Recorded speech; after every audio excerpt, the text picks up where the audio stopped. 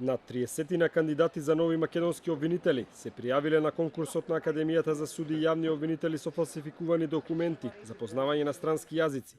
Наши извори велат, лажните документи не се изработени во земјава и се купени во една од соседните земји. На конкурсот се бараа кандидати за 60 нови обвинители. Се пријавиле двојно повеќе. Проблемот е што оние што треба во иднина да се грижат за спроведување на законите, самите ги прекршиле.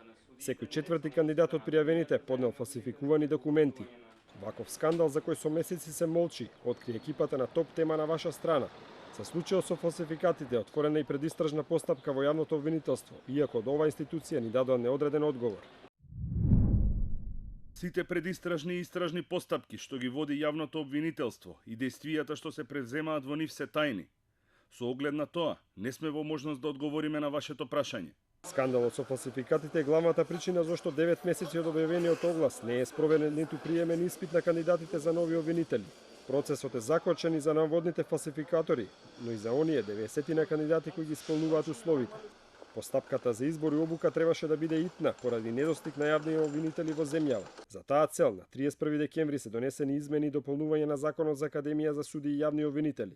Огласот за прием на нови 60 кандидати е објавен на 30 август 2016-та. Од тогаш целиот процес е закочен. Наместо одговори, наидовме на затворени врати во Академијата или во крајна линија на конфузни и нелогични одговори. Случајот започнавме да го истражуваме во почетокот на април. Неколку пати се обидовме да разговараме со директорката на Академијата.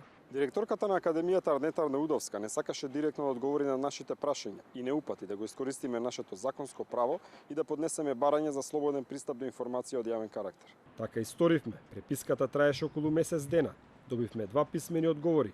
Она што е специфично е големата конфузија во одговорите од Академијата. Кога во првото барање ги прашавме до каде е постапката за приема на кандидатите, дали за некој од кандидатите имало сомневања за веродостојноста на документите и дали го известиле обвинителството, ми одговорија дека тие не се иматели на информациите. Обидот беше топката да се префрли на Комисијата за приемен испит, која е одговорна за постапката, но таа во крајна линија е орган формиран од самата Академија. Кога во второто барање за пристап до информации од јавен карактер прашавме дали ако тие ги немаат информациите, согласно законот ги препратиле прашањата до институцијата која ги има, одговорната службеничка во Академијата ни одговори. Не постапивме по член 18, став 1 и 2 од Законот за пристап до информации од јавен карактер, бидејќи со огледот на карактерот на информацијата која барате, не сме во можност да постапиме по истиот. Академијата и понатаму тоне во нелогични одговори. Со второто барање веќе несвесно признаваат дека се имател на информациите, па на нашето прашање и барање да ни достават записници од одржаните седници на Комисијата за приемен испит, од Академијата ни одговорија, такви записници нема.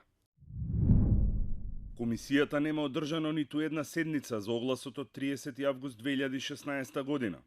Од тие причини не постои ниту еден од побараните записници, одлуки, решенија и други документи. Но ова не е се. Според Законот за Академија има прецизни рокови за приемните испити. Тие треба да завршат најдосно до 30 септември. Од Академијата велат дека роковите не се пробиени, бидејќи станува збор за вонреден оглас.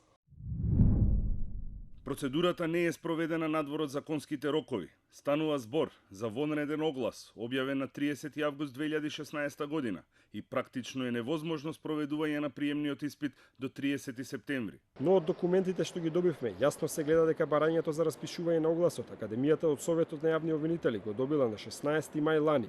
Академијата на чие чело е Арнаудовска, огласот го објавиле на крајот на август.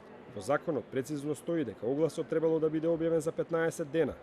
Нема одговор зошто Академијата чекала цели 3 месеци за да го објави, но законските процедури ги прекршил и Советот на јавни обвинители. Барањето до Академијата требало да го испратат најдосно до 31 март, а го доставиле месец и пол подоцна. Ова се одговорите кои што ги добивме од Академијата за суди и јавни обвинители. Од нив лесно може да се заклучи дека оваа институција во најмала рака се обидува да прикрие вистината.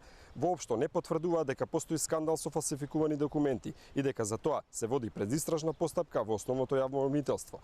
Тврдат дека ги немаат потребните информации кои што ги бараме, а од друга страна пак целата постапка за оценка и прием на кандидатите е во рацете на оваа институција.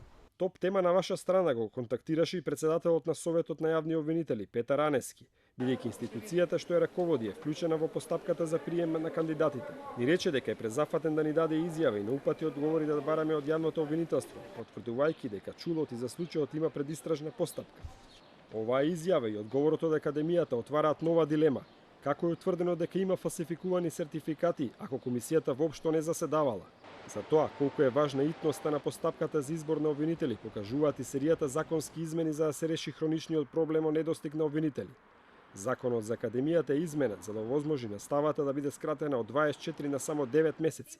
Скандалот со фалсификатите уште повеќе ќе го назади овој процес, создавајќи реална можност од дополнително успорување на спроведување на правдата.